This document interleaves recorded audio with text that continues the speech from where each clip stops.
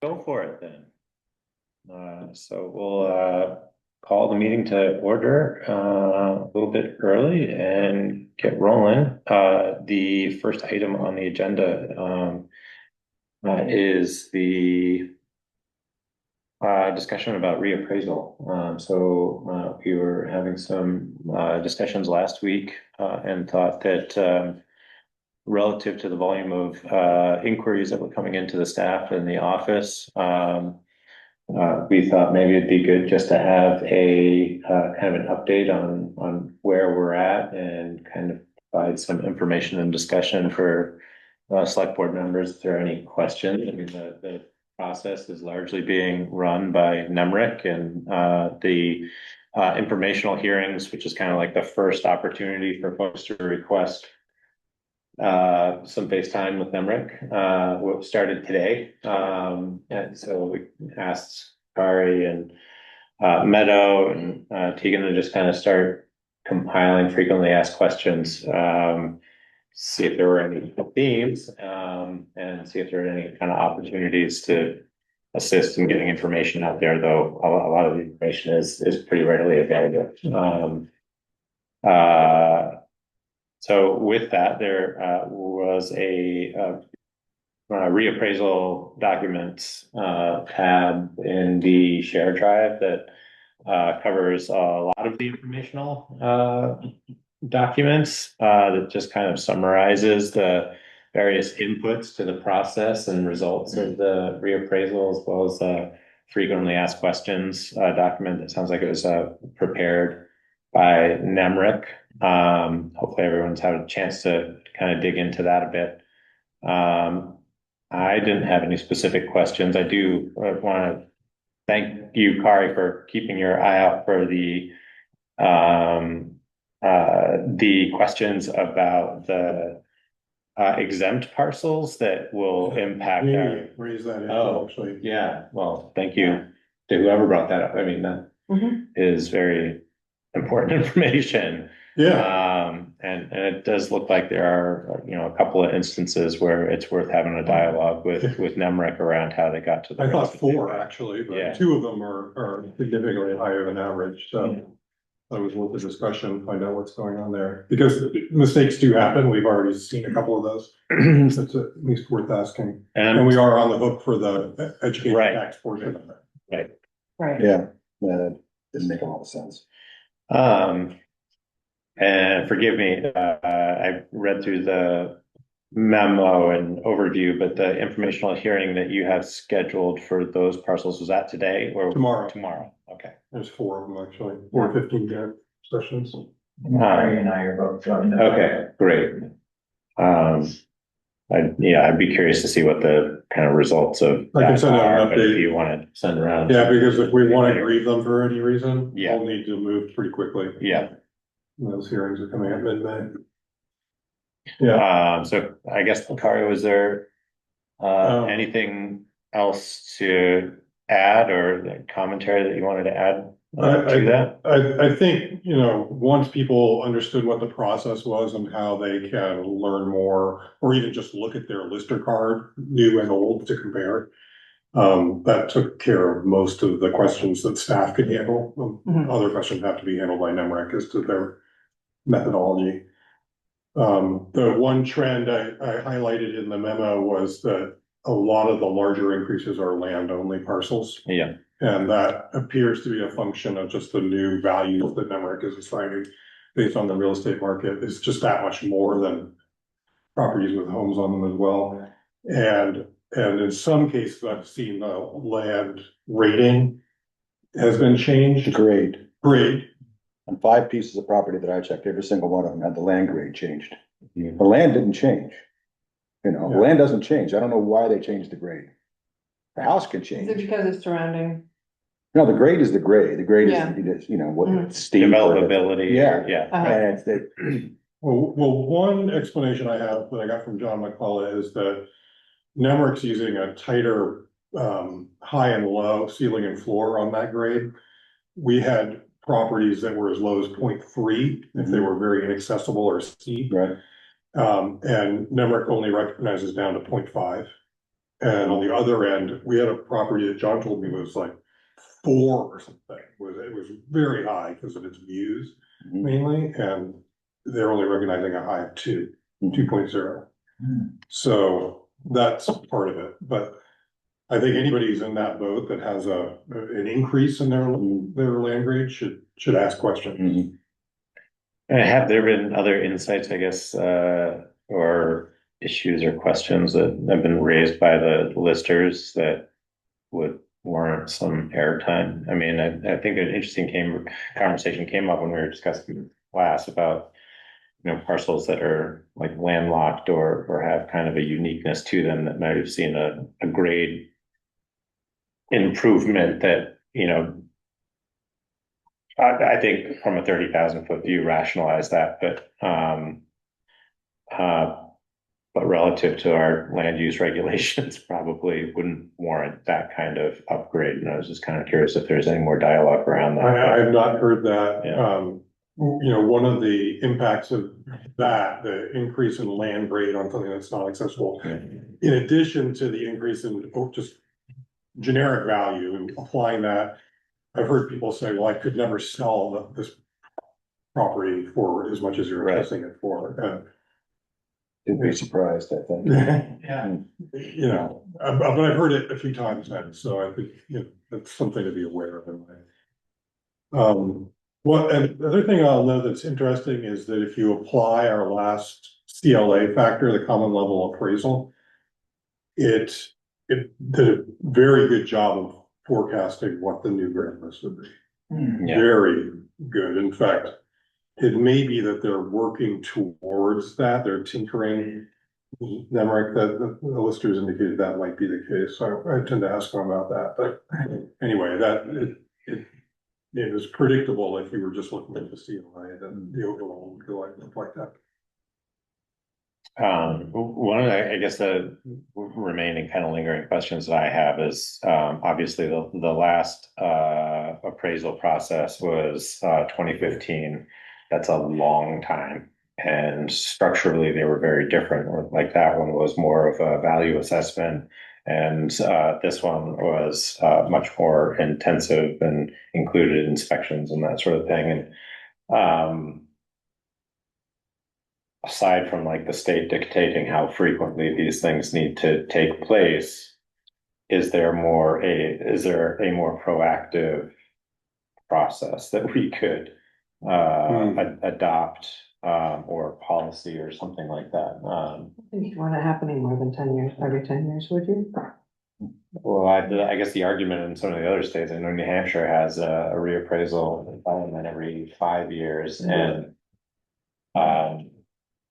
then that just kind of avoids these significant jumps, but But For not, us. yeah, for us, I that think Vermont's law is 6, but it's so hard to find. it's so hard to get the appraisers.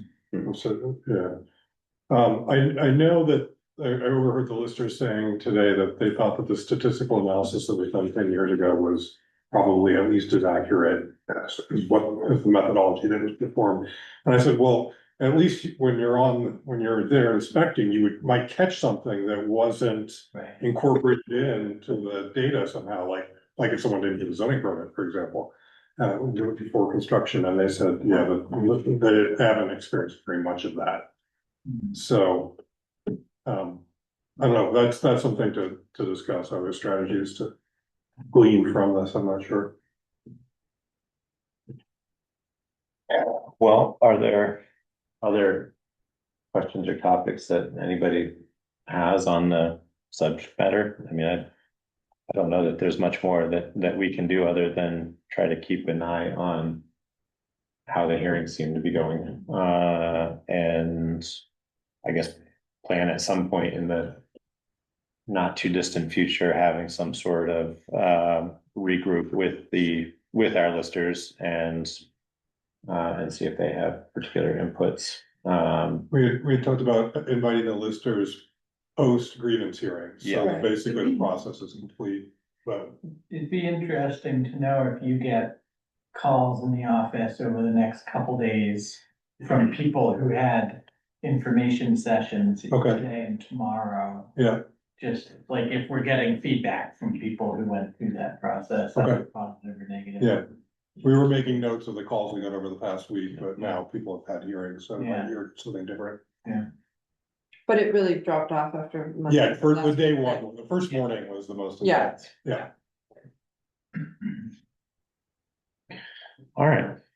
Well, with that, thank you for pulling together all that information, Kari and Yeah. Meadow. And we'll move on to the continuation of our local housing development conversation. And we've got members of CVRPC here today to kind of continue that on. And I guess for context for you guys, if you haven't already gotten it from Kari, but essentially we've kind of committed post town meeting to carving out some blocks of time to kind of take this up as a recurring agenda item, invite folks in to have some strategic conversations around what we might be able to do as a regional municipality to help be part of the solution. So it's largely been kind of information gathering. We've had a couple of members of the community who've kind of taken this subject matter on as a kind of an investigative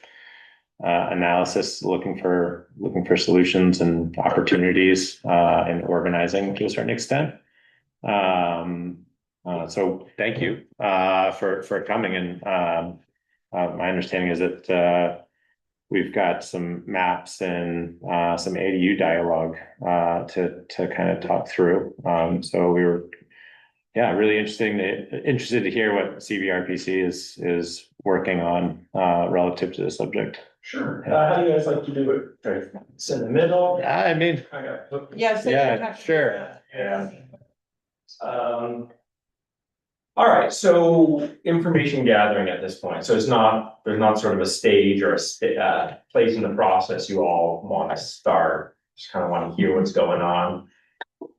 Yeah, Yes. I think that's fair. Yeah. Especially success stories, if you've seen examples where Okay. people Yeah. are doing Things that look things that are promising, working. yeah. Yeah, so I guess if I were to kind of highlight the greatest hits that we've got so far from the last couple of meetings, it would, there's kind of the usual analysis of town plan, zoning regulation, the areas of conflict between the two. How do you prioritize one area versus the other? Funding is a huge question. Strategies for developing multi-use properties or incentivizing current property owners to consider adding other dwelling units to their existing property or subdividing in areas that the town has identified as the best places to have that kind of activity take place. But really, it almost, there's kind of this recurring frustration of we don't know what we don't know, and we're a small community with limited resources and a state with limited resources, et cetera, et cetera. And what are some of the like realistic and tangible things that we could potentially be considering doing as a municipality that are within arm's reach? And where might there be some relatively local success stories of either incentive programs or community projects that have worked? Sure. Oh, I can jump off there. Yeah. So we'll kind of do this in two parts. We have Brian online. We've been doing the mapping work behind the scenes. We're approaching a regional future land use map, which is one of the new requirements under Act 181. Not one of the more controversial pieces of it, but still falls under that moniker of Act 181. And I'll start first on some programmatic issues, maybe that can kind of pepper the conversation. Basically, I'm starting from the assumption that Calais, there's probably a housing shortage, probably an affordability crisis. There likely is a mismatch between the households and the housing units, that is the people living in the house and the number of bedrooms they need Right. versus the building stock itself. There are some programs out there that seem to be more effective than others at addressing this, or at least are growing faster. So ADUs, as you mentioned, we have seen that ADU development as a bright spot in many municipalities where over the course of a 5-year period, you might see more ADUs permitted than you do single family households or multi-family households. I can't explain necessarily what that is, but I assume it has something to do with the desire to stay on one's land, maybe open up additional income or start thinking about downsizing longer term. CVRPC has published an ADU guidebook. It's, we didn't write it ourselves. We ripped it from another RPC.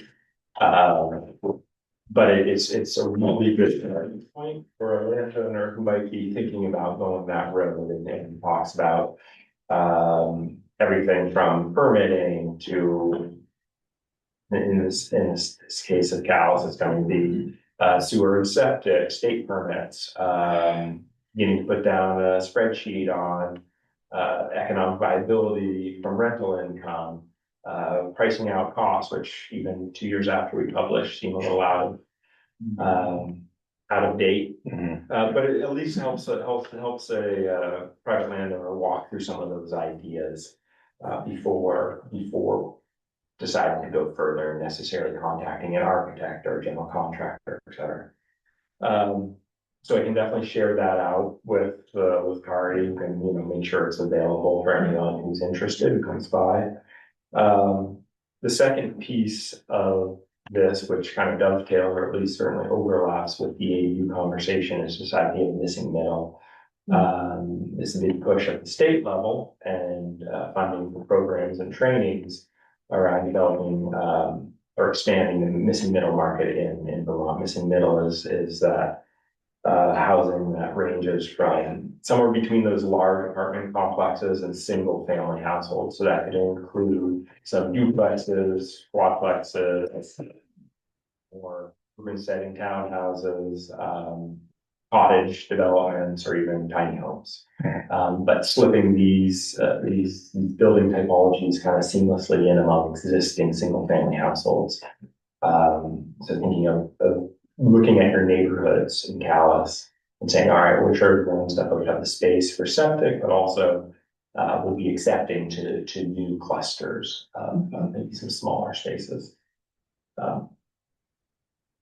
You mentioned some success. So just wrapping that up, on missing middle, Department of Housing and Community Development has a lot of resources under their Homes for All initiative. I'll send you a link to that if you guys haven't found your way there to start with, which includes some stuff like, what do they call it? State of Two Homes program, which provides a set of like 10 pre-permitted designs, which the idea is you come in, you grab I like that one. Town's already agreed that's a pre-permitted design. It doesn't have to go through whatever design review you may or may not have. So looking towards some success stories, unfortunately, there aren't any, I think, that would be particularly applicable to Calais. You do have some larger scale developments. I don't hear you're looking for a large development necessarily. That might be something to consider if there are suitable soils for community septic. But I don't hear that's what you're looking for. So I just want to say, we can learn from all of it, is what I would say. I'm not saying, I don't know that I haven't heard anyone talking about something large, Right. but I don't know what you mean by large, and I also think there's aspects of it that would be of use to understand, So community septic or sewer, whatever they call it, is usually 24 fewer residents. Okay. So it could be looking at an existing neighborhood or village, hamlet, saying you have 15 existing structures in this village. Are we in a position where we could finance a community septic and then fill out another 10 units potentially in that same geography? By lower fixed cost by providing a shared infrastructure. So that's an example where it's not necessarily a big thing. It could also be a big greenfield development where you put in one system and 25 brand new Right. housing units, whether that can be a mix of multifamily, tiny home, single family, whatever the plan and zoning dictate. Just kind of curious that conceptually, I'm familiar with those and aware of like a handful of projects where those have been installed, and we've heard a couple of times that, you know, don't just because of the scope and intensity of it, don't necessarily write it off as something that isn't feasible. I'm curious whether or not you know offhand whether or not those have generally come with like special assessment districts that are kind of attributed to the servicing of those systems kind of in that like interim period where you have something that's maybe helping move the needle for the broader community, but you know, dividing the cost of something that acutely focused and servicing I don't know. it's a squishier subject, you know, if you Yeah, have like an no. area that you've identified adjacent to a village that, you know, has 5 units and could handle, you know, another 20. It seems like that could be hard to make a compelling funding argument for unless it was being, you know, supported entirely by grants, as opposed to something that might be just a green field that has ideal soils that's you know, adjacent to a school or something like that, where you might be able to just kind of wrap it up into the project. Yeah, I don't know. I think the call I would make would be to the town of Berlin or Riverton was pursuing a similar model at least a few years ago. We haven't talked to them recently about it, but that's a, you know, small hamlet scale development that I think would closest, you know, that's in my mind, that's the closest that kind of fits your existing villages, then, you know, I think. But we can find more information on it. Thanks. And then in terms of some other programs that municipalities have pursued, East Montpelier. Similarly, rural community has set up a revolving loan fund for housing development. That sometimes that could be a small loan to help a existing household make the improvements they need to their house to keep living in it. It could also mean the improvements they need to potentially create additional units. And then there's obviously some lien where when they sell, it's repaid to the revolving loan fund. Various cities also started one, but they're more urban environments. So I kind of point to the East Montpelier example. And both those revolving loan funds are housed within Down Street. So they basically are partnering with an organization that just has the know-how to run the residential focus revolving loan fund, and then they just have to figure out how to select projects. And in case of Berry City, they seed funded that with $500,000. I don't know how big East Montpelier is, maybe $250,000 in the but I could be wrong. And when you say they, you mean the town? Municipality. Okay. Cases funded that. I'm unaware of grant funding to do something similar for housing, but could be out there through HUD. It's possible. Montpelier has a housing trust fund. Similar, I don't know if those are given out as grants. I should know more about that. But that's something they're thinking about exploring, whether it be to support their housing development. Again, it'd be smaller in scale. It could be not speaking for Montpelier, but that's the kind of thing that could be used to say cover closing costs for a first-time buyer. Right, that can be $20,000, $30,000 on a family home, right? So those are some tools local municipalities are implementing to try to address this. Obviously, from a planning perspective, it's more macro in scope, takes longer for the effects to take place, but is a little closer to the bread and butter of our work. And that's somewhere between that town plan and town zoning regs, how they fit together. And with that, again, unless there are some questions right now, I can hand it over to Brian. Would you like to see some early drafts of what the maps are looking like for Calais? Yeah, I mean, I always love looking at maps. I'm sure other folks do. I mean, I think, yeah. Brian would be able to share his screen. And yeah, Brian, can link those two pieces both to how the region is thinking about some of the land use planning and the potential incentives the state has activated through reduced Act 250 requirements. And where some of those land uses fall in, or land areas fall within Calais, and how is the town can think about that and comment on it or request changes. So that's all yours, Brian. Great, thanks, Christian. Before I jump into the mapping, I did want to mention one other program. I don't think I've ever talked to you all about this when I've been wearing my natural resources hat, but the Department of Environmental Conservation also has a program called Whisper. And basically, if there are municipalities that are holding those clean water state revolving funds, they can actually fund infrastructure projects outside of their municipality.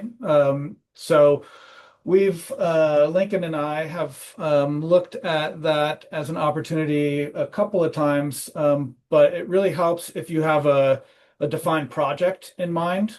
So if there is a particular infrastructure need, we can at that point reach out to the DEC, but also start looking for partner municipalities that might be able to provide that design or implementation funding for the infrastructure. So again, not going to build houses for you, but could help with certainly with wastewater or potentially even drinking water infrastructure, if that's something that the town was interested in pursuing. So yeah, feel free to reach out to me and we can talk more about that offline. So Thank you. yeah.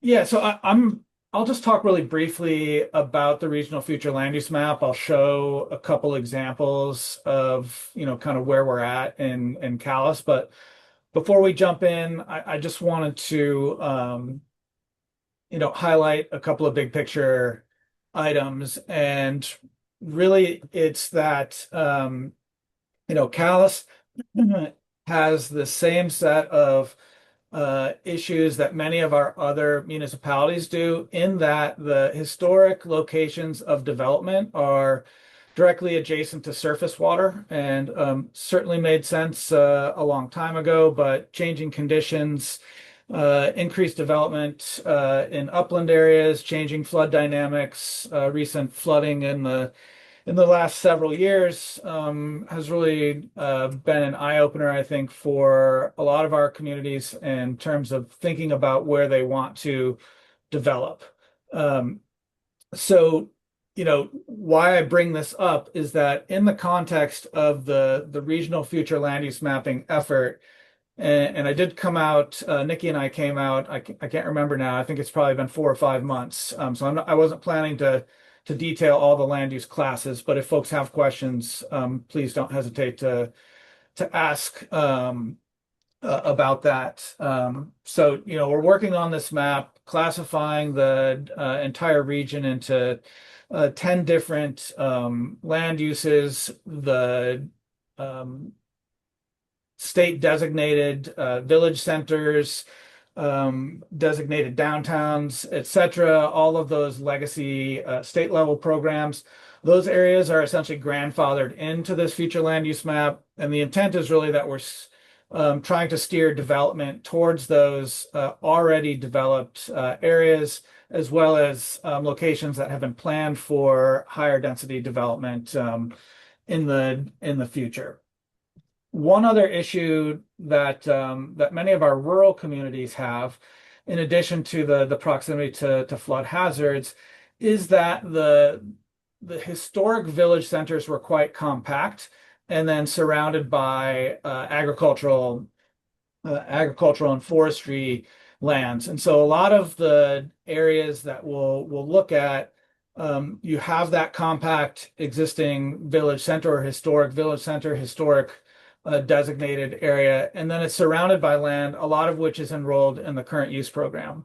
So that makes it difficult when we're mapping to be able to justify putting those lands, the current use lands in particular, into one of these classes that's slated for a higher level of development because of the financial ramifications involved in disenrolling from the current use program. And then the last thing before we look at the map here is really making sure that you have the zoning in place to facilitate development at a density that you want in those locations that you want. And so in Calais, one thing that I note as I was looking through the data and working up the map is that a lot of the areas, again, adjacent to the existing villages are low density development, and once again, justifying putting those into one of those tier 1 eligible areas is a little bit difficult. And what I mean by the tier 1 eligible areas are just quickly, there are tier 1A and tier 1B areas. Tier 1A is really for municipalities with a downtown center, so we'll just take that off the board for Calais for now. Tier 1B is, you can pursue a tier 1B designation in your village centers and village areas. And what that gets you is the if you decide to opt into that program and can demonstrate that you have the capability to carry out the permitting process on your own, then for developments under 10 acres and fewer than 50 units, that's a permit that can be issued at the local level versus going to the Land Use Review Board for a full-on Act 250 proceeding. So I'll stop there, entertain any questions, and then we can jump over to look at the map if folks want. I got questions. Anybody else have questions? I really appreciate you the overview. Like I feel like I have to hear this 4 times or 20 potentially. Anyway, so really appreciate it. Brian, thank you. Well, I'll be honest, yeah. I have multiple copies of the methodology that we're following laid out because I too need to refer to those almost every day. So yeah, right. Don't feel bad if it's taken you 4 or 20 times to get the gist of the idea. Yeah. I was really excited to hear you mention the current use program, and one of the very anecdotally, and this is kind of spaghetti against the wall type talking at this point. I'm careful not to represent anybody else in saying this, but I've often thought that like we do a good job, particularly in Calais, I think, of identifying a lot of different resources and mapping them, and we've got fairly robust land use regulations, but and our town plan has gone through a number of iterations and speaks about a lot of those things at length. But one of the kind of principles that has been kind of curious to me and tendrils that I wish we'd have more time to talk about is like, should we be identifying like development corridors? Like we have these village areas that, to your point, have been developed around, water features or other resources that at the time made a lot of sense. We have a lot of conversation about regulation like 181 that are, often, I guess, highlighting, you want to encourage development around these, like more densely populated areas, but they come with a very inherent issue, and that's their proximity to the water resources. So, while we're balancing all of these conversations about the give and take about where we want to prioritize and disincentivize development activities, should we also be looking at proactively areas that we do want to incentivize or encourage development activities, or at least the investigation of the potential for development? And for me, that comes at looking at probably large swaths of property that are enrolled in current use and forested, but are maybe adjacent to or along kind of connector roads or other travel patterns that maybe make sense. Like if we want to prioritize development along this corridor because of how it relates to these two village centers, and are there conversations being had about like, what are the mechanisms that we use to maybe help property owners who would be open to unenrolling in current use and subdividing, and then giving them an option for doing that in a way that they may not be considering, just because the financial implications are so significant that they can't sustain that. I mean, the incentives for being in the program maybe 20 years ago made sense then, but don't now. But now getting out is such a financial burden that you can't get out of the program. So the short answer to all of your questions is yes. I'm not an expert on the current use program, so I'm not able to speak to the financial implications, at least right now, but could certainly talk to folks at the tax department or Forest Parks and Rec about that, if that's of interest. But to your point, you were asking about, should we be identifying these areas where we do want development? One of the things I note, and maybe I just missed it, but I have not found a municipal future land use map for Calais. And I think that's a really good place to start. I think by default, some communities use their zoning map, their zoning district boundaries as their future land use map. I think of those as two different things. Your zoning is really what facilitates you to that future condition. If that's too confusing for folks, I say, if I'm looking at my zoning map, I want my glasses on. If I'm looking at my future land use map, I want to take those glasses off, because the lines aren't, set in stone with a future land use map like it is with a zoning district boundary. So, our land use team, we could certainly work with the planning commission or folks that are interested in sort of having a future vision and laying that out. So that's one piece. Would that be captured in the town plan then? So or like adopted as a component of the town plan? Is that kind of how that so typically the land use chapter in the town plan will talk about the current land use and the future land use. Mm-hmm. And so that's that's something that we could help with as well. And that's sort of part one. Part two is that we're working on this regional future land use map, and you'll have time to weigh in, including tonight when I'll show you an early draft of the map. But there will be time for you to comment if the town or the select board in particular is interested in pursuing a tier 1B designation. We can certainly consult with you on that. Sort of, what does that look like? What are the responsibilities of the town, etc. So we can do that, and sort of in that iterative process, you'll kind of start fleshing out that idea. I think the difference between what we'll see with this regional map that we'll be putting through the review process shortly, and the municipal map, is that you would have more time to consider sort of where are those new potential growth areas? And so there's plenty of land that's not in the current use program. And some of these, there are also plenty of parcels where you wouldn't need multiple parcels. You could build a development on a single parcel and really make a new neighborhood type layout.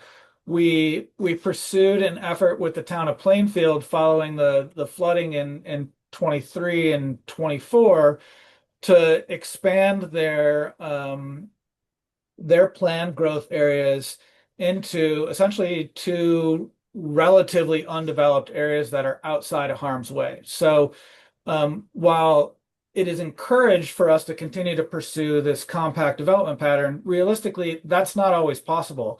And so instead of looking for corridors, as you asked about, we're not really looking for strip development necessarily. Otherwise, some folks would refer to that as sprawl. We're looking for areas where we could put in new compact development where funding for infrastructure would be possible. And I stepped away to get some water, so I don't know if Christian mentioned the CHIP program, but that's another possibility for funding some infrastructure for some big idea type projects. So anyway, I'll stop there and get to the map unless I didn't answer any of your questions there, or if other folks have questions. Yeah, no, that's great. Thank you. I appreciate it, Brian. I'll interlude while he's getting it up. Brian began to touch on the fact that it's sort of this iteration where the town is leading, region gets that feedback, puts in, and it is an ongoing conversation back and forth with each update we make, with each update to your plan that you make. Mhm. There's that opportunity to reflect that back. Okay, so here we are in North Calais, and let's see, I'm just trying to think of the easiest. I can't really display a legend and the graphics at the same time. I'm just going to zoom in here. Oops, real quick. Okay, so I'm just going to flash this on the screen and off real quick.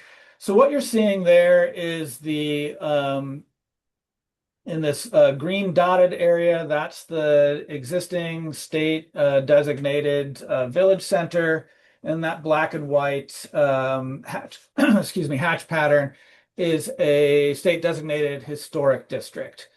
So when I'm working on this map, I'm starting with existing designations, and it's important to note that any of the land that is currently designated as a village center under the state designation program automatically becomes a village center land use class under the regional future land use mapping effort as enacted via Act 181. So if you've got an existing village center, you keep that full designation for that area. And I can then look at the village center and the area that surrounds it, and I'm looking at a number of different characteristics related to the parcel, probably about 20 or 30 different characteristics, but also reviewing the municipal plan, looking at the specifications that you set out in the zoning bylaws, and really trying to draw boundaries around parcels that make sense to include in that make sense and have been planned for inclusion in higher density development into the future. So this dark green color that you see is the rural conservation, and it's a little bit oddly shaped. It's made up of some water, but also some flood hazard areas that I'll just flash on here on and off real quick. Now, when I'm expanding the village center class, I'm looking for parcels that are directly adjacent, that are generally walkable, that have some, either good soils for disposal or access to water. and are outside of flood hazard areas and don't include wetlands of more than 5 acres. So pretty long checklist. And so what we see is that, the legacy village center area is still included, and then I exclude the flood hazard areas from any of those higher density classes. Now, the lighter pink is the village area, and there's really only a fairly minor difference between a village center and a village area. But the short version is that the village area surrounds a village center and again has multimodal access to the village center itself, meaning that it's possible to get there by some other means than driving. And so when I mentioned the tier 1 eligibility, the parcels that we see in red and in pink are part of those core 4 areas, the downtown center, planned growth area, village center, and village area, that are eligible to pursue a tier 1 designation. So let me bring this back to the earlier conversation about, what kind of things can the town of Calais do to incentivize housing? Well, part of this is to provide feedback. And again, this is just a draft, so nothing's set in stone here, but providing feedback on the map once it comes out, but then working with your planning commission, working with CVRPC to make sure that the zoning that's in place for these areas can accommodate the level of development density that you're envisioning for the town. Is it just to meet that 4 to 5 units per acre that was created under the Home Act, or are you looking for something a bit denser in these small pockets of town that might require some additional planning? The yellowish tannish color here is our rural residential class. So again, not really a location that's currently envisioned for higher density development, but through planning for infrastructure, it could be sidewalks, it could be sewer, it could be water, planning for future infrastructure to facilitate new development. Maybe at some point you come back to us and say, that was rural residential in your 2026 map, but we've made a lot of progress towards identifying a pathway to densifying development along the road here, and maybe even extending a little bit further out to the east. And we'd like to talk to you about redesignating that so that it could potentially be adopted into the existing Tier 1B, again, if you choose to go that route.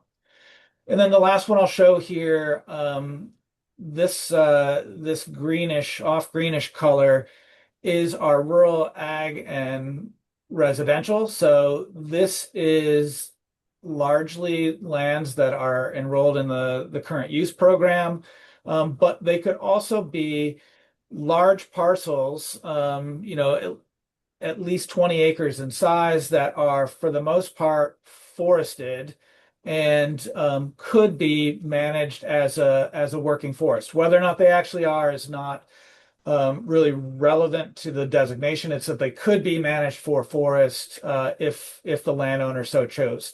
And I'll remind folks, but you probably already know, just because you're not enrolled in current use doesn't mean that people aren't managing their land for forestry and agricultural purposes already.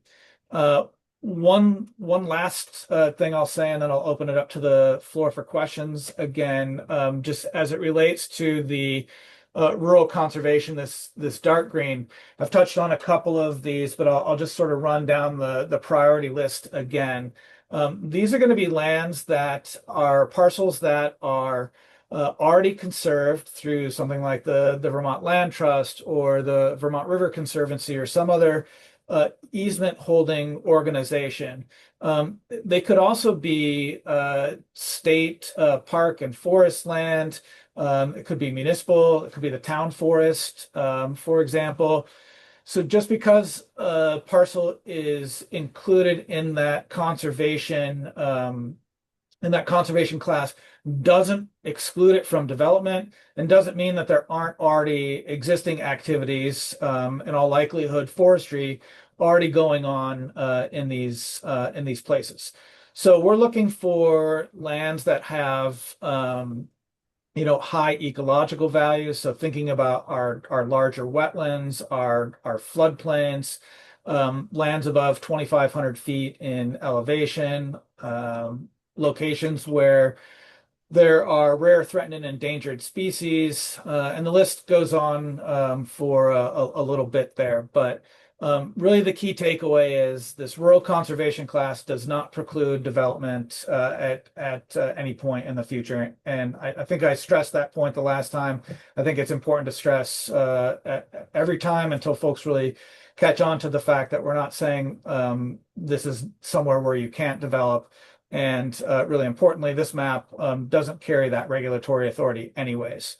So I'll stop there and see if there's any other questions.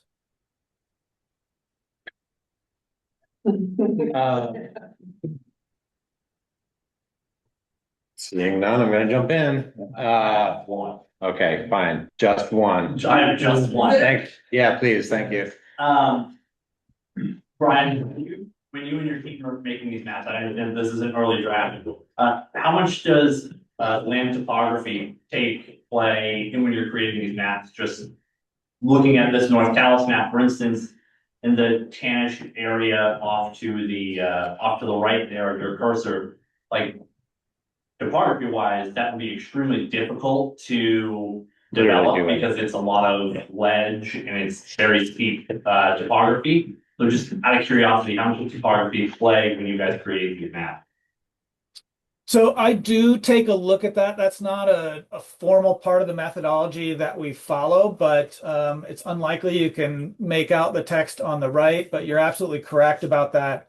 That parcel, 72% of that is greater than 15% slope, 60% is greater than 20% slope.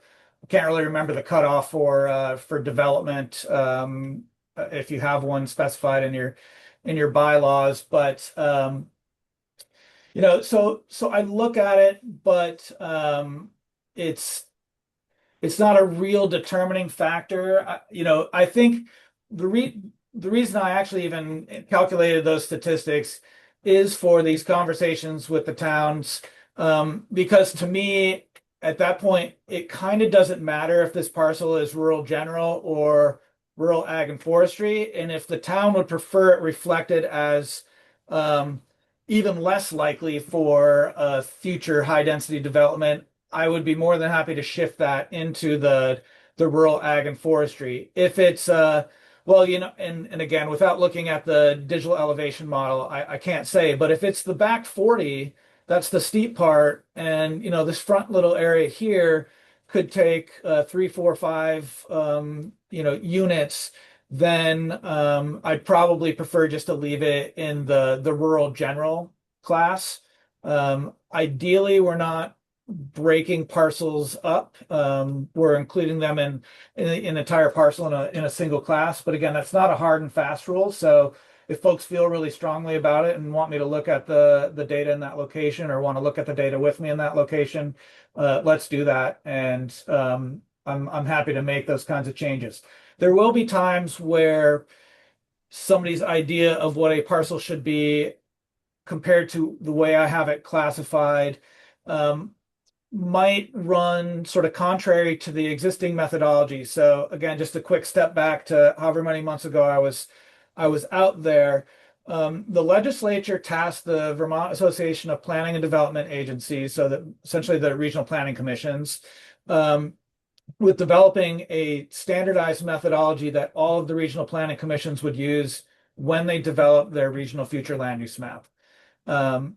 It's not, again, not something set in stone. If we want to vary from the methodology, we can do so, but it's more on a case-by-case basis. And then when we go to the Land Use Review Board for our review of this review and approval of the regional future land use map, we would provide them with details about why we strayed from the methodology and then provide a justification for doing so. I make it sound, almost impossible. I'm not sure that it is. I think they're willing to have that conversation, just like I'm willing to have the conversation with the town. But there will be times where the methodology, where I might not be able to justify a change from the methodology based on the conditions that we see on the ground. So I think that kind of it is a section of kind of the line of thought that I'm having. I think that there's some fairly polite folks sitting in the room here who are looking at North Calais and realizing that the topography and proximity to water are a significant limitation on considering any like reasonable development activity happening in that area. And one of the things that kind of like strikes me about this is you have these layers of input information, like the defined village areas and historic districts that have maybe been designated with a lot of input regionally for various incentives, but then when used to inform this kind of thing as a base layer in the methodology, there's a departure and a certain like inefficiency in just like adopting those designations now. And I mean, it wouldn't seem far-fetched for me to start theoretically entertaining a conversation of like, maybe we'd want North Calais to maintain its historic designation or historic district designation because it's got a character and aesthetic and settlement pattern that warrants attention, but maybe it doesn't need to have that village designation anymore, or it has like some other kind of maybe it's just pulled out of this altogether.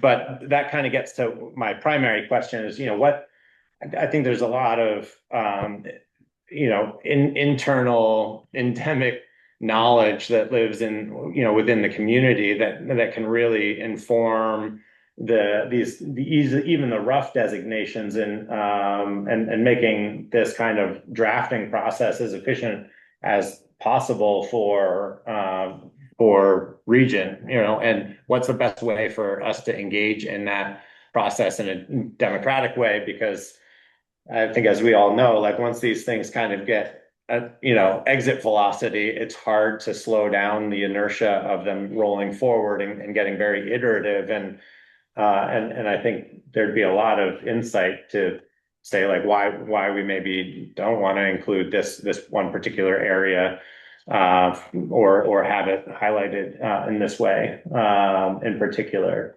So is there what's the most efficient way for us to get you that information or that kind of feedback?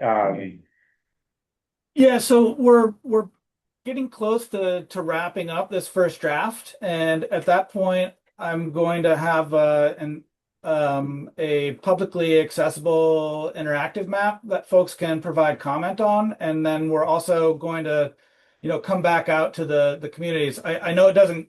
You're asking like what can we do proactively, and this isn't really. Unfortunately, the process hasn't really been set up that way. Again, I'm following this methodology based on where the data takes me, and then I'll have that conversation with the town and make the changes as we see fit. So apologies if that's not really what you wanted to hear. I also want to touch on the first point that you made. The legislation does not allow us to turn an existing village center into something that's other than a village center, but I don't have to include the historic designated area, for one. And the other thing is, if you were interested in pursuing a Tier 1B designation, that's not for the whole town. That's for specific areas in town. So maybe Maple Corners is somewhere you want to see a lot more development. So you pursue a Tier 1B designation for the village center and village area parcels over there. But North Calais, you want it to maintain that sort of historic character that it already has. So you don't pursue Tier 1B there. And if someone were to come in with a large scale development, that would then trigger an Act 250 proceeding. So again, I'm not sure if I made my point clear enough there in terms of the distinction about how to proceed, but yeah, I'll stop there and let you respond.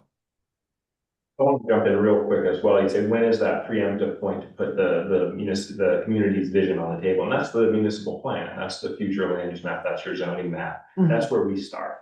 So in many ways, this map is already reflecting years of work and input from the Calais community and all our communities before Brian even starts putting lines on paper. Now, through those processes, you realize there's a new area of town you want to develop, and that works its way up into your municipal plan and into your future land use map. We're going to take that into consideration. And now we're going to say, all right, well, they're planning densification at point X in the town. How should we classify that to reflect their planning goals? Thank you. I think that makes sense. And again, you know, for me, I know I know that everyone who's involved in this is kind of bound by the legislation and the kind of methodology that's been defined. I get concerned about the various motives that inform those initial pieces of information and demographic information. There are a bunch of incremental decisions that were made a long time ago and are now just being kind of added to or iterated on in a way that it becomes kind of a disconnect. And because I think it'd be hard pressed to rationalize a pursuit of tier 1B designation for any of the villages, village centers, for one reason or another. And it would be a really complicated conversation. It would also be, I think, an exciting conversation to look at other areas that aren't bound by those same pre-existing designations, to kind of pursue or incentivize those development activities.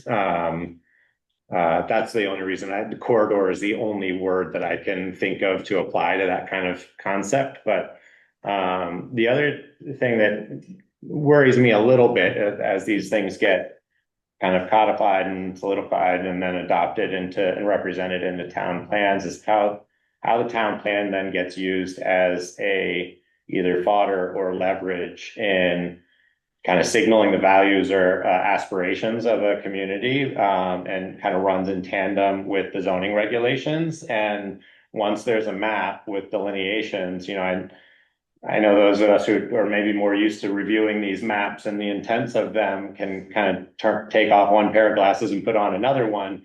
But when they get interpreted adjacent to land use regulations, they can then become points of conflict on why we say no in one place, and mostly just why we say no in one place, just because it doesn't exist in another. I don't know, maybe I'm being too opaque about what my concern there is. I'll leave it at that. I mean, I think it's a point in time, right? Like that's like part of the process is engaging with using the base of knowledge that's been created, right? And the tools that have been created. And then there has to be a moment where you're saying, okay, well, this is, we're going to get a bunch of feedback and use that. And Brian, I'm hearing and Christian that like the feedback is not just from the governance structure support, it's from the community. Do I understand that there's an opportunity for the community to weigh in and ask questions and be made familiar with the opportunity? So, okay. But yeah, I mean, I hear you in terms of that, but I don't think we have a future land use map. No, And we I just was looking if I didn't see one quickly, scanning it for the previous town plan either. So maybe we don't. Maybe, anyway, that's an interesting conversation about sort of why don't we? And is that normal or not normal? Is that the norm? It's required, but a Yeah. lot of towns just use their zoning. Just use their This is zoning our for future it. Okay, That's thank what you. you can build in the future. Okay, Interesting. thank you. But it's, that's different. That's a regulatory map versus a visionary map. Right, right. So. Well, very appreciative of the time that everyone has spent on this and willingness to kind of share. I just want to kind of wrap up a little bit and just ask, what kind of timeline we should expect to continue to engage in providing feedback in this, or help facilitate community input. Are there?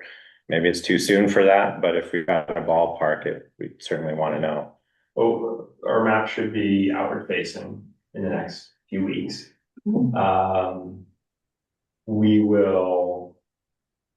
be out for public comment basically all summer. Early summer, we'll be sending it to the Land Use Review Board for their comments.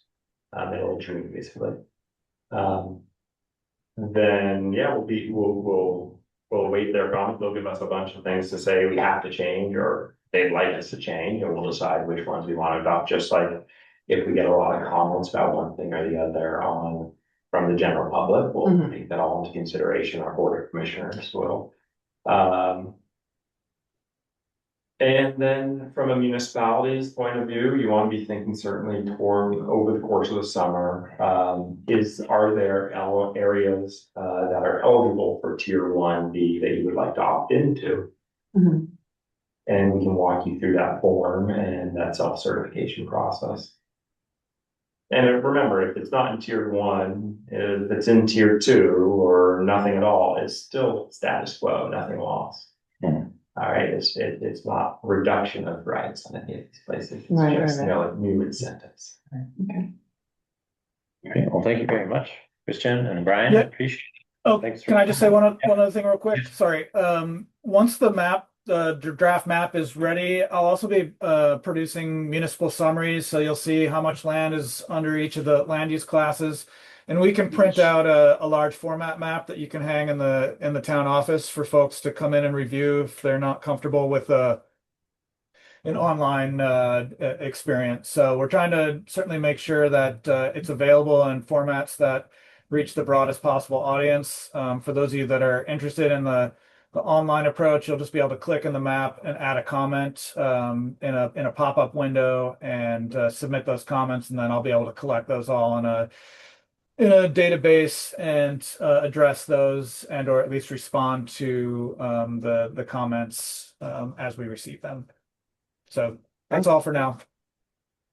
Thank you, Brian. Terrific. Yeah, we'll also have housing targets too next time we talk to you, but there's no stick attached to that. It's all just sort of tracking. Yes. Yeah, we have to disaggregate targets to each municipality, but municipalities have to plan for housing. Right. But if you don't meet these lofty targets that the state's given us, there's no stick. So that's kind of just there's not forcing towns to build anything. So it's just a little less controversial, I anticipate. Okay. But we'll talk to you more about that next time. Sounds Great. good. Thanks, Christian. Thank you Appreciate so it. much. Thank you all. Thanks all. Thank you. Hard pivot to local emergency management plan. Welcome, James. How are you guys? Doing well. How are you? I'm pretty good. Yeah. So I guess this is kind of a hybrid spring check-in, which is kind of the seasonality we're trying to stick to with our regular agenda planning, but we also have the approval of the LEMP documentation, which is an annual adoption. Maybe we'll just start with that one, if that makes sense. So there were a few documents that were provided and posted to the shared drive. The municipal adoption forms are the ones that we'll be looking at again. This is basically a checklist of the various folks to be activated and an acknowledgement of the resources in place within the community that's largely prepared by our emergency management director and coordinator. Was there any other characterization or that you wanted to add to that? Not too much. I mean, it's more or less the same thing as last year. There wasn't a ton of updates for us. Whether we're talking about the LEM or the adoption form itself, there wasn't much change. As far as the adoption form goes, I think I copied last year's form verbatim because nothing's changed in that aspect. I think a handful of the stuff that we changed in the LEM itself was contact information is about all that really changed. So it's more or less the same document that you guys looked at last year and was approved by both Vermont Emergency Management and FEMA without issue. We do not foresee any issues again this year. Consideration, I guess, would be, we just need either a board member to be authorized to sign it, or I guess we could, says town manager. Kari signs enough stuff, so it'd probably be an authorization of me to sign the LEMP. Before we entertain that, one of my lingering questions were obviously going to be considering replacing you as the emergency management director. I would assume as soon as we find a new one and appoint them, we should plan on updating this and resubmitting it. We don't have to resubmit it. It's a living document. Okay. So this is essentially goes back to what we were saying before. Yeah. Barbara was saying that it's a point in time kind of document. Sure. So we're submitting it this way, but it's a living document. We have full right to resubmit it to Vermont Emergency Management whenever we wanted to. Sure. We don't pay anything for submission, so if we wanted to, we totally could. And it's a fairly easy process to do with our VEM rep, Sid Puller. So we can totally do that if we decide to. Okay. But we do not have to. Does anybody else have any other questions? I just have a question about the NIMS, the National Incident Management System. It refers to meeting the requirements and it refers to an adoption date. Does that mean the select board's attesting to we meet the requirements? So the adoption. So we do meet the requirements. It's as part of our, it's in the LEM, there's a chart in there. And the adoption date will be the same adoption date for the LEM itself. I see. Yeah, so that's why I left that section blank, because we haven't adopted it yet. With that, I guess I'd entertain a motion to authorize me to sign the LEMP. So moved. Second. All in favor? Aye. Thank you very much. Kari, do you have a printed version of that? Great. And then with that, I guess it would just be kind of a spring check-in on what's the goings on with the emergency management committee. Yeah. So our main focus over the past couple of months has been the LEM getting it done. It has a June 1st deadline, so you guys will be have a whole month to go through it, so there shouldn't be an issue there. And then the LHMP, the local hazard mitigation plan, we've been working on this every 5 years. Ours is due in October. We've been working with the Regional Planning Commission. There's been a lot of emails between Kari, myself, and Keith from Planning Commission, Regional Planning Commission. We've had 2 meetings with them so far, just to kind of kickstart things, like this is what we're looking at and where we want to go. And then at our last meeting, we identified what we believe to be the largest potential hazards to the town. And that will kind of direct how the LHMP itself is focused, and where the Regional Planning Commission will kind of focus their efforts for different mitigation processes. So we have a lot of work ahead of us on this hazard mitigation plan for the town. Then Jake, has been doing a lot with radios and communications for the town, to make sure we're connected, not just internally, but also, he's done a great job at expanding us. We've got people who join us from Woodbury. And I'm not sure if anybody's joined us from East Montpelier yet, but I know there's been a lot of talk about people from interest from East Montpelier as well. So Jake's been doing a great job with that particular aspect of communications. Now that the Lent has been taken care of and we have a little more free time, we're going to start working more on emergency preparedness plans. Or and this happens, here's a piece of paper that says, okay, you're going to call this person, you're going to activate this shelter. This is at this particular location. We have 4 cases of bottled water, 6 cots, and 2 cases of canned food, whatever it might be, XYZ like that. In those plans, it would also talk about different equipment that's available, who you can contact to get a whole equipment if it's at a different site and needs to be moved.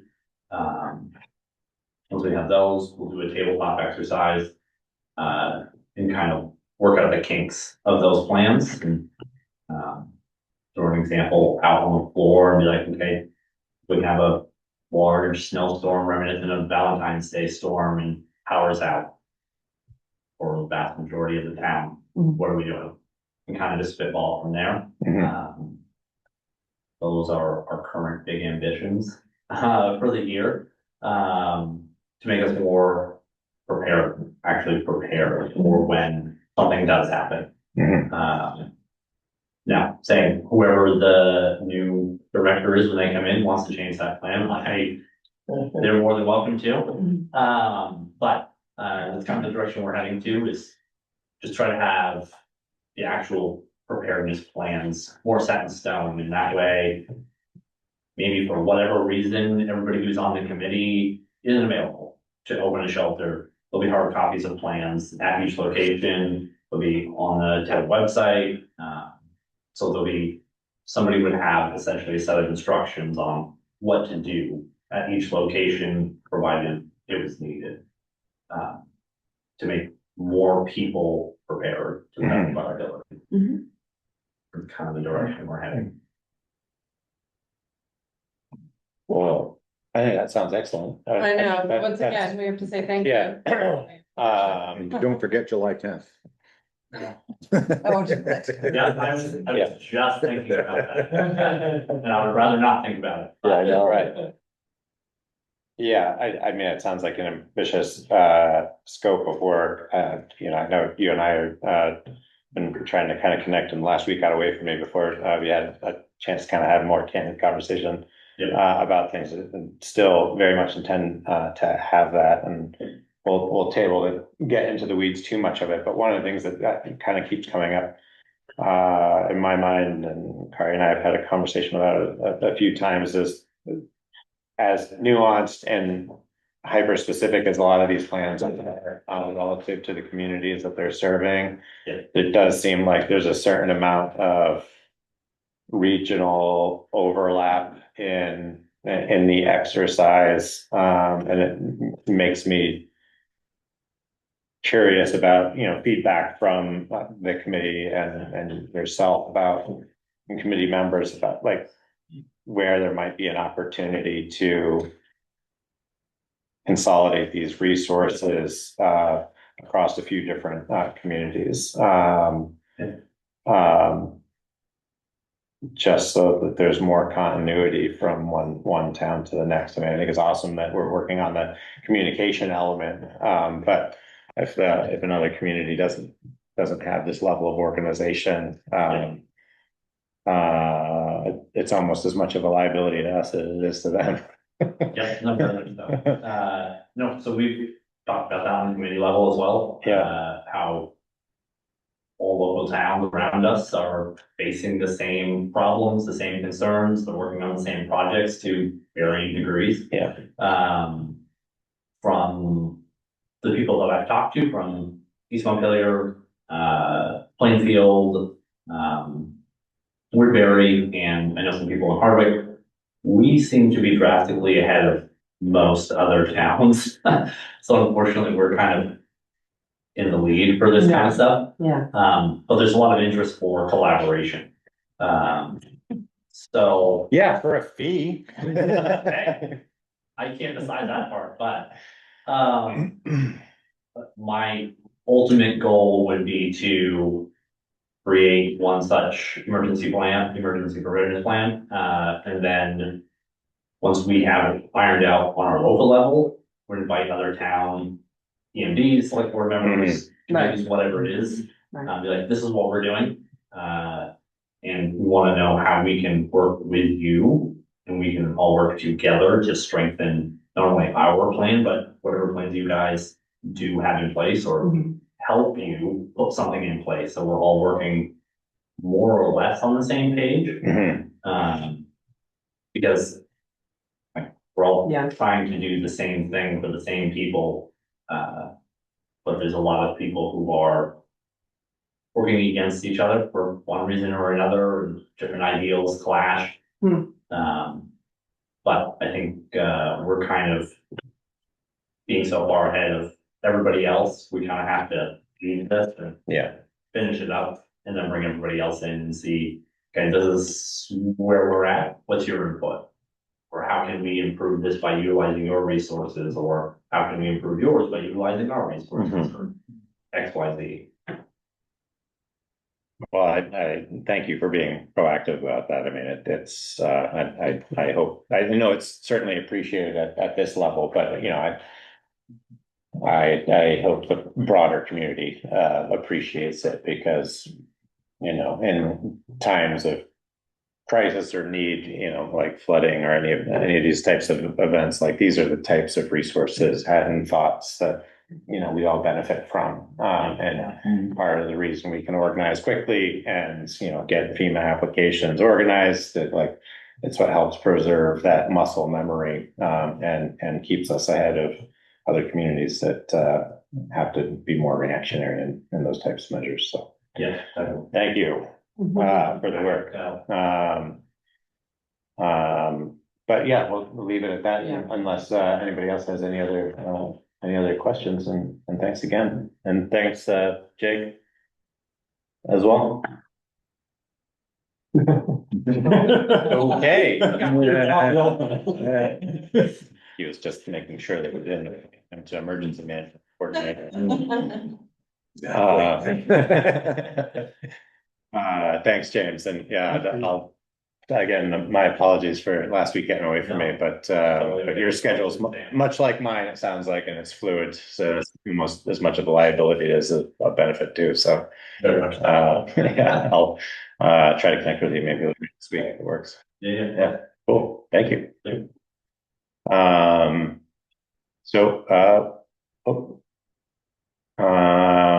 With that, we're running a little behind schedule, but we do have a public comment period for. Oh, sorry. I've just seen.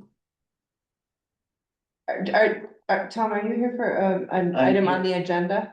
I'm here for the new members of the Trails Committee. Okay, great. Christine and Jason, they just showed up. Okay. Oh, I see it. It's under administrative. I didn't see it on the agenda, so I was just concerned that. Thank you. So we have a public comment period for members of the public who are in attendance, who want to raise an issue or register comment on anything that's not currently on the agenda. And I'm not seeing anyone on Zoom. Doug, were you anticipating using the public comment period, or was there something? Okay, was there an issue you wanted to speak to? I want to talk about several things that people asking me about. I don't know whether to come and the days on the phone.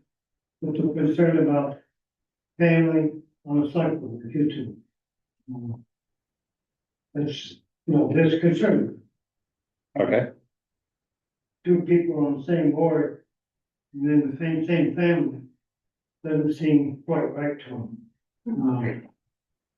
That is a boundary thing. And they recommend, people I've been talking to, they recommend 3 people instead of 5 on the board. And it'd be, that would be, maybe we get more people, it's hard to get people, I understand, hard to get on this board. They don't want it, nobody wants this board, nobody wants it. And, they have a lot of problems with the town, town clerk's office. Well, what's going on Friday, they asked me, I don't know what's going on Friday. Do you know anything going on Friday? Why? Listen, why you call them and you get Barbara? And Barbara will tell you this on the phone. It's they won't take calls, they won't talk to anybody today because they have to have meetings or something like that. But there's nobody there. And so that Friday, they stay home. They do. I checked on it, I know they do. I've been down, I call down here and I get that same message. I come down here, there's no cars here, not here, not over there. Where the hell are they? We pay them, don't we? Do we pay them? Yeah, we pay them. Yeah, I mean, we So pay why- our staff for sure. You can't, several things I wanted to give, like my court case, I got a court case going on, he knows that. And I come in here one day and I want to go through my bookwork. And I don't want to take it out of the office, I don't want, and he's getting ready to go to fix car. Well, I think it's on town time, but that's all right. He didn't have time to look through my file folder, he looked through. Doug, Don't interrupt me. no, I want to make sure that I'm understanding. You're expressing an issue with having access to the town office when there are normal office hours that are posted? Well, they both Fridays. Or just, how you say that, Where do we have it posted? Everywhere I've written it down, it's Monday through Thursday that we're open. And Fridays, what? What do they say Fridays? Fridays we're closed. Monday through Thursday, 9 to 4. It says on the answer machine that,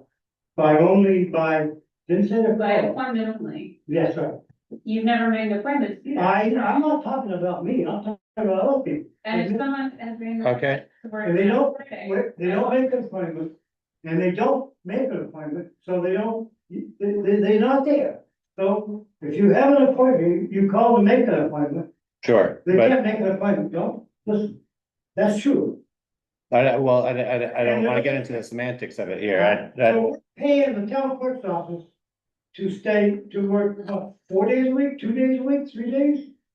Somebody's getting this right there, no, you're wrong, I'm right, you're wrong, you don't believe me. Okay, are there any other issues that you wanted to raise that we can Yeah, look into in the future? I talked to the Army Corps of Engineers today for about 2 hours. He gives me permission to open that brook up through there, and the beaver dams from Lake Erie Road up through Janet, Ann Winchester's daughter owns it now, she just bought it. You know what I mean? I don't know. On Tucker Road. Okay, And she got a beaver pond there that they had no permit to put it there. Army Corps of Engineers know that. Last year I shot 9 beaver out of there, killed 9 beavers. This year they're right back there again. They're flooding that field, they flooded, I'd say 5 acres. We can't use it. so this sounds like a private property owner issue. If it's not town property, I don't see how that's No, it's relevant. not town property, but the So- town, well, you got involved in this up here, didn't you? Yeah, because there was work that needed to be done within the town right of way relative to the road. So, we can't comment on, and it's not really No. that's- relevant to us to. Okay, well, Just telling you what we're doing, so you don't jump on me. Now, somebody changed that corner from going from Light Ridge Road over to Tucker Road. They made it wider so you could swing in. Now, I used to plant flowers there. Years and years of flowers, Yeah. nice flowers, had a little flower bed. Doug, you've raised this issue before. That's not what this is for. Huh? No, I mean, you've raised this issue before and No, I'm not you didn't, you haven't entirely stopped clear. I'm failing to see what the problem is. Cause they widened the roads, they took my land away from me, they took a tree. Last week or sometime, I don't know when they did it, they took it. They cut it down, they didn't cut it down, they chipped it over, took the whole damn thing, Okay, okay? And that's, and Alfie is very vindictive. And when he, wait a minute, now when he was on the board, town manager, and now we got Jordan here, I guess, no, not Jordan, yeah, no. What is it? I don't know. Saturday. He widened the road and he went out to the, wait a minute, I spent an hour here listening to your nonsense about. No, this is, we're conducting a meeting and conducting town business here, so. So I got. And at this point, I'm gonna move on here, Doug. This is kind of getting out of the scope of relevant. So we're gonna move on to the next agenda item. Was it you or your twin? I don't know, Doug. I don't have a twin, so, and I wasn't going by your house, recently at all, actually, so. So that's not pertinent or relevant. We're gonna move on to, the department leave issue. Do you wanna move off the Trails Committee? If everybody is here, we're behind schedule, I think that makes sense. So we have administrative items to consider, which would be the appointment of Christine and Jason to the Trails Committee. And these are for open vacancies, I believe, is that right? That's correct. Yeah. What happened at the last, select board meeting where we had to address the new member? Yeah. I think it was last, well, I can't remember, but, we had to there were more people who wanted to be on the committee than we had slots for. Sure. So the select board decided, as I recall, to expand the number of members to no more than 15. Correct me if I'm wrong, and at the time we had, with the new members coming in, that made it 11, I believe. So with Jason and Christine, that would make 13, and we'd still be under the.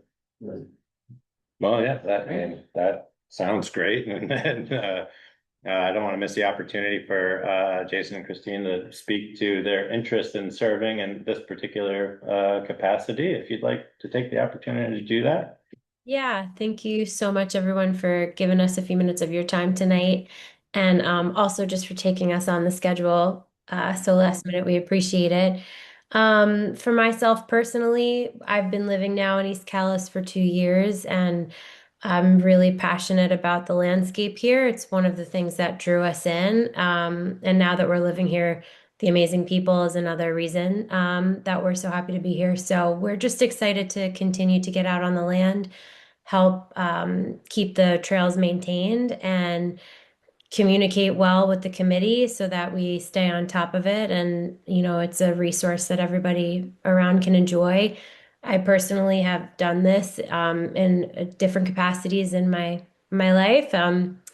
And so I'm just thrilled to start. Anything you want to add? Hello, my name is Jason. Yeah, I just echo Christine's sentiment with the trails. When we lived in New Hampshire, I was part of the Sunapee Greenway Trail Committee. And my wife and I are both avid hikers.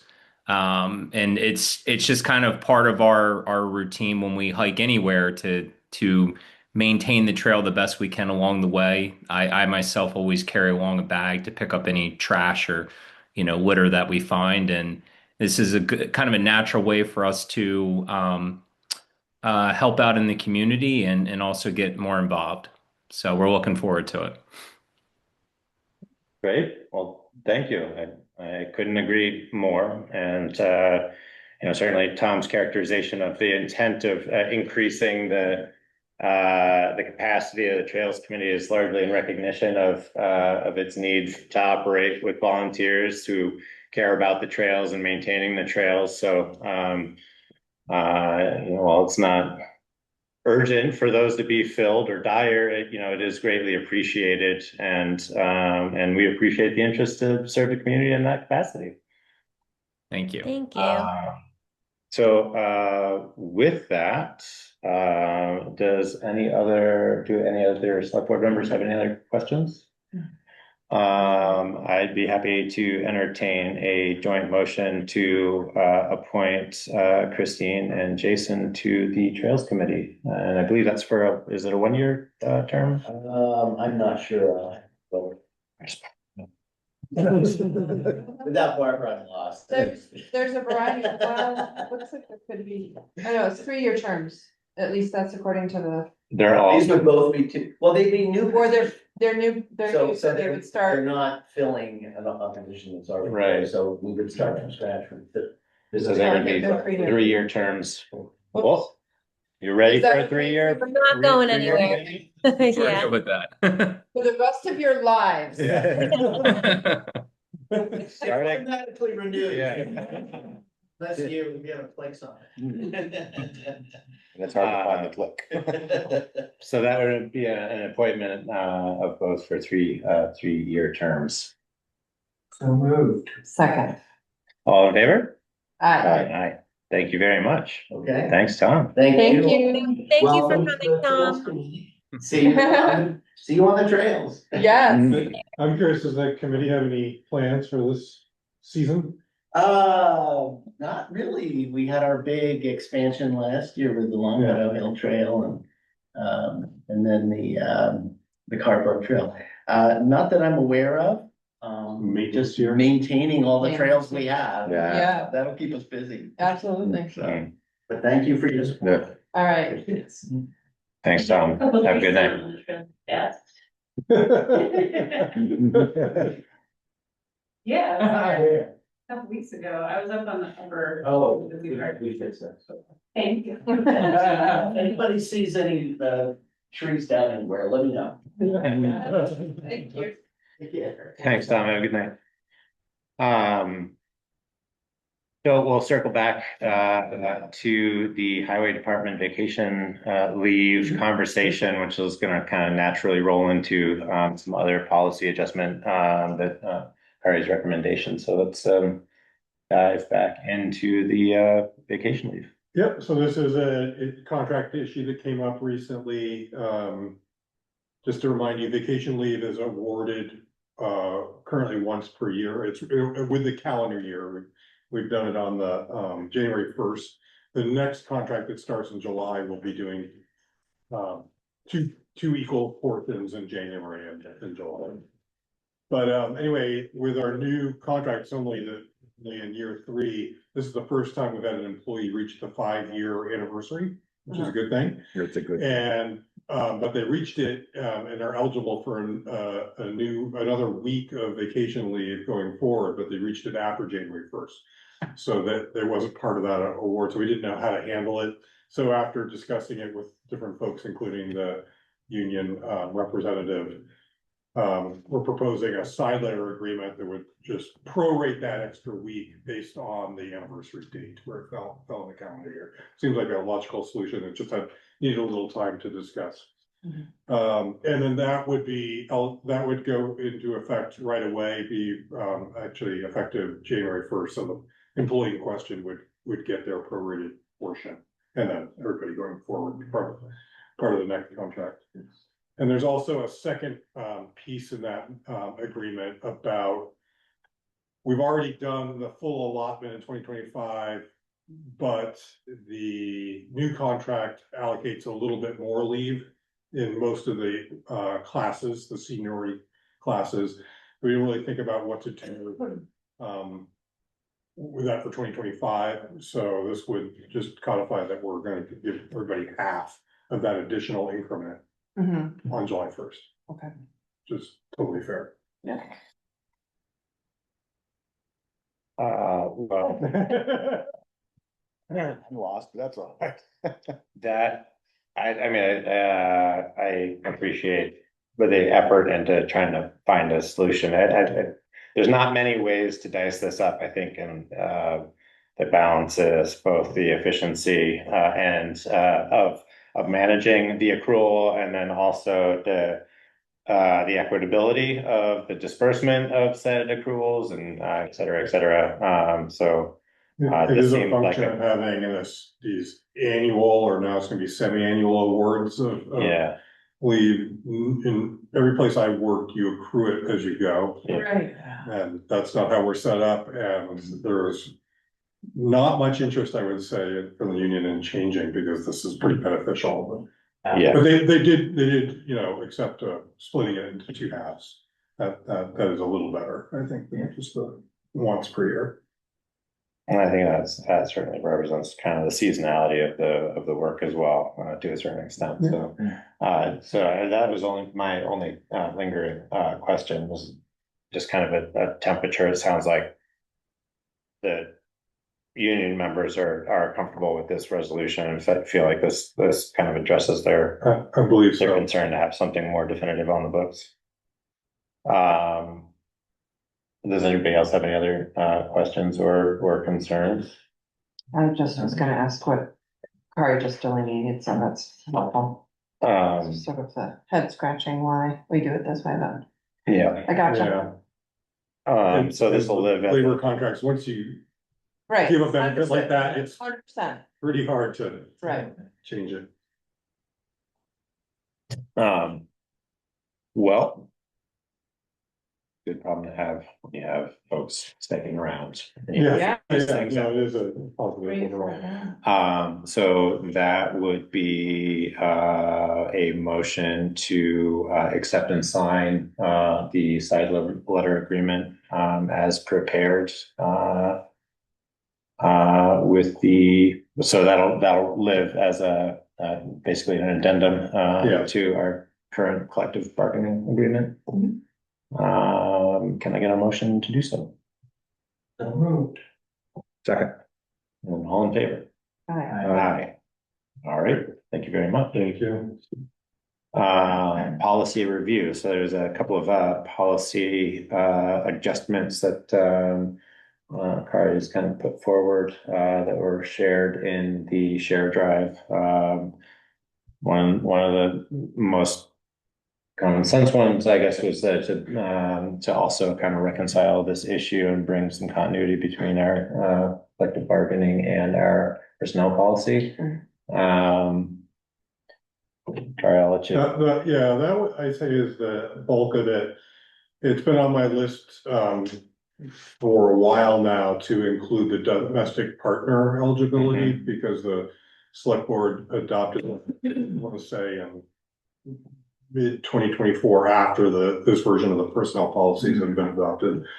And then there's just some language in the policies about working on holidays that was confusing. And so we're just taking an opportunity to clean this up. So this kind of feels like housekeeping, although the additional vacation leave to align with the contract is really a policy decision that you're considering here. Yeah. Does anybody have any questions or comments on those recommended changes? No. Well, just say that I think there's a lot of value in maintaining continuity between the two. We've run into situations where there weren't, and that is always a headache. So I think relative to our previous action and Warren's making that adjustment and adopting that for this as well. And what would be the most appropriate way? We could probably, they're all changes to the personnel policy, so we could just accept them as a slate of changes. Yes. Okay. Can I get a motion to accept the changes to the personnel policy as prepared and presented? So moved. Second. All in favor? Aye. Aye. Jamie, are you abstaining? Okay. I was just quiet. Okay. That's amazing. Great. So that is the policy policy items. My battery is dying. Moving on to the balance of the administrative items and action items. So I'll pick up with the review and accepting of the April 13th select board meeting minutes. Those were posted to the share drive as prepared by Meadow again in expert fashion. Thank you so much, Meadow. You're so welcome. Does anybody have any comments or? I had one thing, under, select board letter on behalf of the Calais voters. Just that first sentence there, Jamie, Dr. Taylor is expressing the select board's position on the proposed pre-K consolidation, and I just felt like it was not. I mean, maybe those are the words that got spoken, but it doesn't reflect the point that it's the Calais voters' position is what That's we were correct. carrying forward as opposed to the board's And I agree with you, it should say that, Calais voters yes. there. So I don't know, Meadow, if you're hearing me. I am hearing you and I'm making changes in the minutes as you speak them. Lovely. Thank you so much. Thank you. So it'll be a little bit redundant, the way that whole sentence works, but I'm sure you will make it work. Thank you. I didn't see anything else. That was just one that happened. Other questions, concerns, or comments? Assuming everybody is comfortable with those, that amendment. Can I get a motion to accept the minutes for April 13th as amended? So moved. Second. All in favor? Aye. All right, thank you very much, and thank you, Meadow. Vote to approve board orders, also posted to the share drive for review. Hopefully everybody's had the opportunity to review those. Kari provided a brief summary and some of those as well in the memo. Do you want to discuss the journal entry conversation now, or you want to save that for an admin report, maybe? Let's do it after the orders. Sure. Yep. Are there any questions about the board orders? Can I get a motion to accept and sign the board orders as posted to the share drive? So moved. Second. All in favor? Aye. Delinquent tax So warrant. that item, I was under the gun and included that because I knew there was a delinquent tax warrant coming, but it turns out the select board doesn't need to sign that. It'll be signed by the treasurer and the delinquent tax collector. Okay. And it's just confirming that we're moving forward towards tax sale with one property. And if there's still time, the owners can reach out to Sandra and establish a payment plan. They can show up at the sale and make an offer and a bid. So, and then they'll have a year redemption period too, if it does. Right, even if it does sell, right? But so far we've had no contact with that party, so we have to move forward. Okay, thank you. So no action there. The general journal entries, I've referred to this before, but in the select board's long list of recommendations for internal controls, they have a section on someone in a position of authority, not just reviewing these, but approving them. So I thought the cleanest way to do would bring you a report like this monthly. This is fairly short, but not uncommon that we have this view, but sometimes there'll be a second page or something like that. And just have one or more select board members sign it and would just document that. I think that satisfies the auditor's recommendation. And if you have questions about these, please let me know, but they're basically accounting actions that are not going through the other modules like payroll or accounts payable or cash receipts. They're things that I'm doing on my own. The common examples would be bank interest, or if the state makes a payment to us, it's going directly into our bank account, so it's not going through, cash receipts or other ways. But I think that's the auditor's concern, is that this is an area where you can get in trouble because one person is doing it basically on their own. Mhm. I understand. And it's also the due to, due from Right. movements, correct? Or no, that's Yep, right. those are captured in That's what here. I'm understanding, yeah, okay. I think this makes sense. I also think that it could be like just be one of the items included in the board orders packet as like something to be signed, whether it's Okay. be represented in the agenda as Okay. as a standalone thing to be signed and approved, but I just kind of want to get the temperature on the rest of the group on whether or not they think that's appropriate. I mean, the scope of work is very relevant to the board orders, especially with the movements from one account to the other, or kind of through the reconciliation process. So, if it were structured like the board orders with a signature page at the bottom of it, I think that it could be included in that with as kind of like a board orders I have packet. to find out if it can be turned into a report like that. Yeah.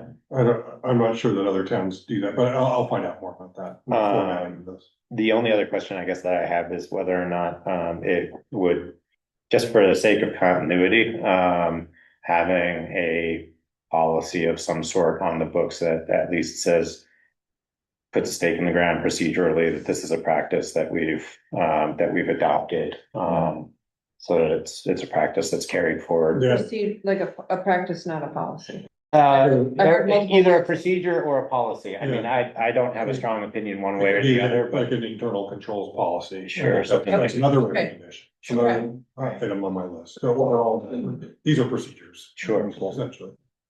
Okay. So, I guess short of that, it seems like it'd be appropriate to, register an action acknowledging the receipt and adoption of the journal entries report as prepared by Kari. Anybody want to move something like that? I'll move that. I'll second that. All right. All in favor? Aye. Aye. Aye. Yeah, Sorry. thank goodness. Aye, aye. All right, goodness. And we're back on time. Man, Come on. come on. Moving on to reports. We've got the financial report as of March 31st. Yeah, so not many significant changes from the last time. We are 3/4 of the way through the year. The general government budget's on track. Highway department's running high on the expense side as it has been. We did in this past month have some unavoidable expenses for vehicle maintenance and some gravel. My estimate, we still have about 203,000 to spend and still be within, not the budget as it's written, but with the expansions, the additional grant money and the things that you approved. So it's unfortunately not a great month in April. So I think it's gonna be hard to reach that, but we're doing our best. Yeah, I think that's it. Any questions you have? Fund balance is still strong. We have, the biggest, item coming up is the final education tax payment. Payment, And the state does something that final cash flow report, and there's always a difference between what we expect, the liability that's on the balance sheet now and what we'll actually pay. It's usually in our favor, and sometimes it's tens of thousands of dollars. So it's a big deal when that report comes out. Impact on our fund balance, but we're in a pretty good place, I would say. Good. Yeah. Thank you, Kari. Tegan? Yeah, that started last week, and I came back, been a lot of reappraisal stuff since then. I'm not sure if you discussed this earlier in the meeting before I got here, is that, yeah, so. That's, happy to hear your side of it. it's most people have been great, like, they've been polite and patient, and, That's you great. know, we were worried that maybe people would be out, but I haven't had any bad experiences, and Ed Clodfelter came in after Carrie left today and just told me that Calais is great, everyone's great, everyone's been wonderful to work with, so that's really helpful. And then I had John McCullough talk me through my Lister card today, so that I knew what all the categories meant. So if someone calls and can't get a meeting with NIMRIC, can't get one right away, I at least have the ability to tell them, well, this is what this means, this is what this means, and then this is a little bit about how they came to it. Just because that's all a lot of people want. And some people do have specifics of, I don't have 3 bathrooms, I have 1 bathroom, and that obviously NIMRIC has to change when they do it. But that seems to be going smoothly. Things have been going well with Meadow. Meadow was introduced to our cemetery files, and they may have found a project to work on. Oh, boy. So we are looking at great stuff and talking to the cemetery commission about getting going on that. Meadow and I were talking a little bit about using some of our vaults funds, reserve fund, to maybe get a good scanner, so we can scan more of our land records instead of shopping them out to other companies that will scan things and digitize them. Meadow's had some experience with it, and I think in general, and Meadow, feel free to jump in if you want to add things here, but it's exciting because I think between the 2 of us and the cemetery commission, we can really make some good progress on this. That is great. Yeah. I think that's about it for that. Meadow and I are going to a clerk training on Wednesday down in Fairleigh, so that's, I always learn a lot and enjoy myself down there, and so cool. Great. Thank you, Tegan. Kari, circling back to town admin. Yeah, I wanted to start by talking about Doug Lilly's hay bale. So I was made aware of that almost 2 weeks ago, and he happened to call. I asked him, why did you do that? I think at the time there were 2, actually, John reported. I confirmed only 1 as a fetish. But I asked him why he put them there, and he said to protect them from snowplows, which I didn't really get into with him, but it seemed out of season. And then I encouraged him to move them. I guess he moved 1, so. I think our options are to do nothing, to issue a fine based on the letter that we sent him, or we could send him the letter again. Is there a few options? I will open it up to other select board members for a question or comment. Wonder if it's. Kind of tired of playing the game.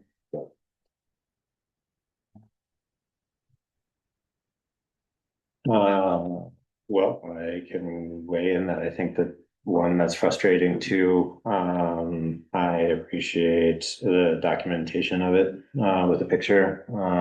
So please extend that to the road crew. I think any instance like this in general, it really kind of helps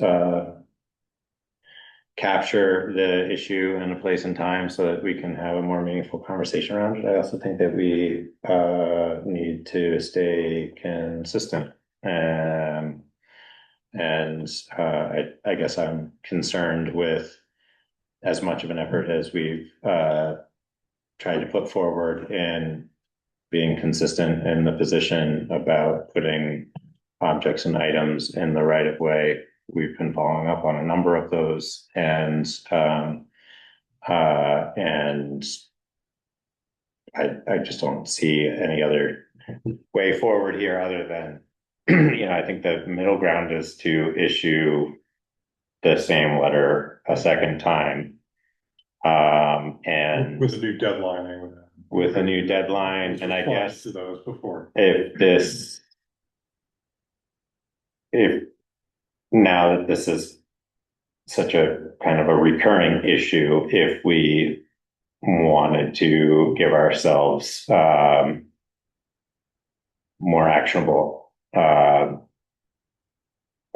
options in the future, we could add something in the letter that says that Future, future occurrences, violations. will not come with a warning. Yeah. And that we'll exercise our right to issue a fine. Like that. I think those are good suggestions. I did hear him say that there's a court case pending. He has a court case. So I just wondered if there was a reason putting back out to demonstrate. I think that he might be referring to a boundary line issue. Oh, okay, Right. all right, okay, terrific. Yeah. But a conservative approach would be to reissue the warning with a new date. 'Cause Yes. it didn't comply with the last letter. Right. That's I'm not saying you have to do that, but that is the conservative approach. Well, and we issued the letter after we had made multiple requests. Is that correct? Yes. Yes. So, and that I was made one and he was very clear that they weren't gonna do anything. courtesy. Although he did do some things. How long are you thinking about giving them? Well, anticipate that it takes a few days for the letter to get there, probably no more than 10 days, like 2 weekends or something. I think coordinating it with our next meeting such that we would be able to entertain taking action, issuing a fine or something like that by the next meeting, I think would be appropriate. So whatever that time May plays 11th, out. that morning or something. Okay, so do you want this letter to come from me or from, say, Jordan, What was the previous one? from the select board? As a whole? Yeah. I think we maintain that personally, that's but fine. I know then logistically, we could review it by email, or we were not permitted to really do that, yeah. So then it extends the time. So we had a special meeting online or something like that. I don't see. So if we agree as a select board that we're gonna, have it signed only by, I don't know, you and Jordan, or Yeah. something like that, are we permitted to? I mean, Reissue the letter. I think Yeah. the letter could basically refer to the last letter. yes, And what, here's the language of that letter, but it's an update. I personally think it would be fine coming from me and I could have Jordan sign off, look at it. okay, But I would just I think basically moving be it along is- reiterating and yeah. saying, here's the. Authorizing you to take that action on behalf of the select. Yeah. board. Right. I think that's reasonable. Okay.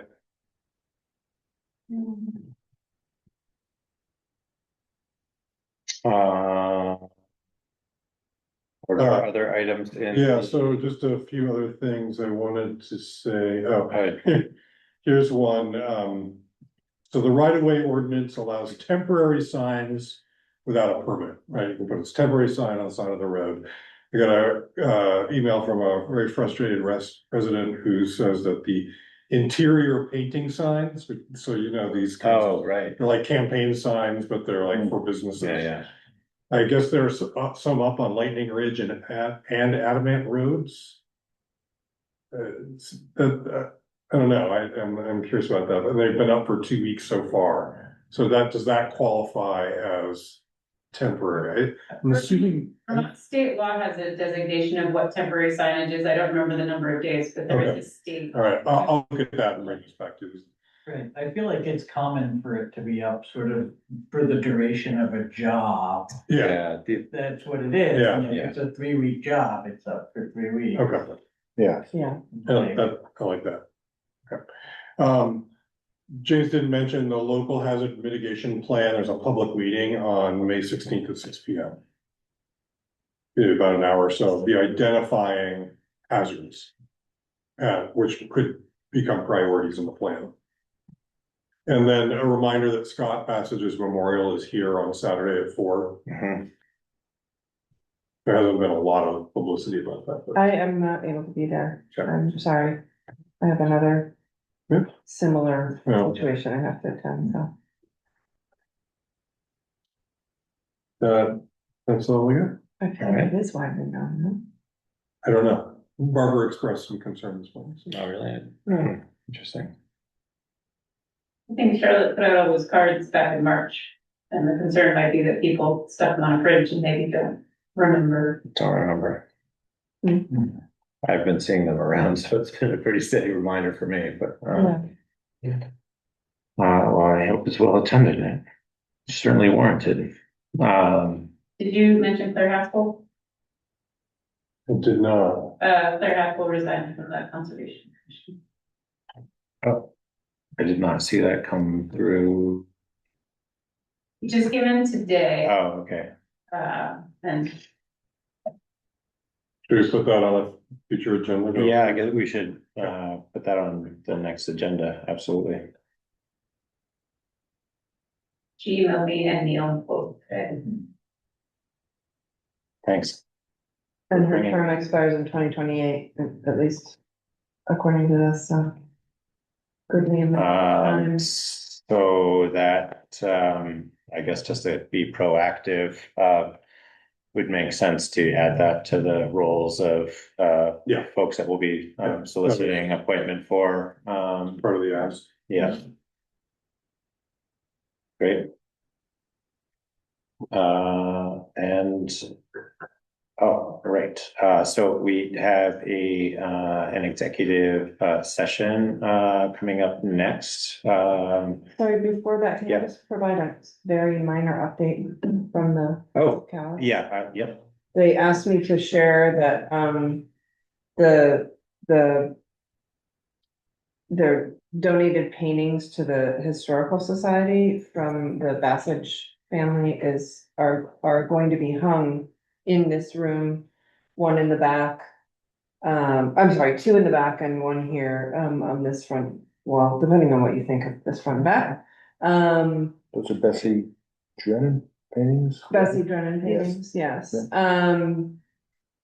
And they're working, with the Historical Society to make that happen, but they just wanted to make sure since the select board manages the building overall, or it's a town building, they wanted to make sure that we were aware. So. I didn't feel like it was, it was just sort of Friends of Calais and I'm Friends of Calais Town Hall and the Historical Society saying, please let them know. Okay. It's good. The instinct is to communicate to the select board. Yeah. So, It's very good about talking through scheduling, but too, with play going on upstairs, communicating with us, communicating with other boards, committees and commissions. I've been really pleased with how Nancy has kept us in the loop. It sounds like it's been going well, and Nancy, and they are doing some work to do some cleanup to what the electrical work and so forth, and some painting and so forth that is in line with what we've already agreed to. Great. So before we go into executive session, I just kind of wanted to raise kind of a personal note, and then I guess maybe kind of dips into more of a leadership note. So after our last meeting, we adopted the letter to the school board, and while I think the intent of that letter was captured pretty well. This isn't a criticism of how it was written, but there were some nuanced.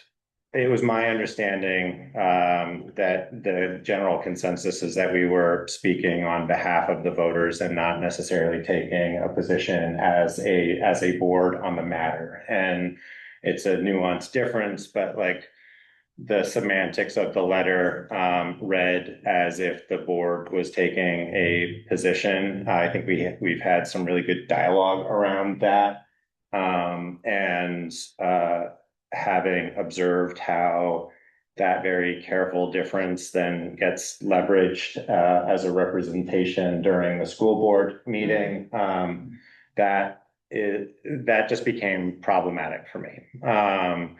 And I really enjoy the consensus and dialogue that we reach as a board. And I didn't articulate that maybe as strongly in the moment because, you know, I enjoy the collaborative nature of this group. But from kind of a leadership perspective, you know, I do think that it is okay for us to take positions that represent what we feel our constituents are and what our personal feelings are. And disagreeing is not always a criticism, it's a healthy thing to do. So, I don't think that there's anything to do about it at this point in time, though I would say that, you know, I would expect us in the future, should a group of individuals come to us to represent their position outside of our community in a similar capacity, we would be equitable in our consideration in doing so. If that were for a minority of the population as much as for the minority of the voters. So this is obviously a pretty limited audience for making that point. But it did kind of linger on me quite a bit. Just kind of seeing how that stuff really matters, and is worth being careful of. So with that, we'll move on to our executive session. So this is going to be the last agenda item for the evening. I'll invite those to be dismissed and recording to stop. There are not any anticipated actions following this, and it's a personnel and contract related matter. So, so with that, I would entertain a motion to enter a executive session under Vermont VSA 313A 1A relative to the board's consideration of contract terms and personnel matters, associated personnel matters, and extend an invitation of Daryl Garland to join us as well as Kari into executive session to discuss the matter. So moved. Second. All in favor? Aye. Aye. Thank you very much. Thank you. Thank you. Meadow, hi Daryl. Meadow, I will take the final notes and send them to you, just the times that we'll leave executive session on regular. Sounds good. Have a good night, everybody. Thank you. Safe travel.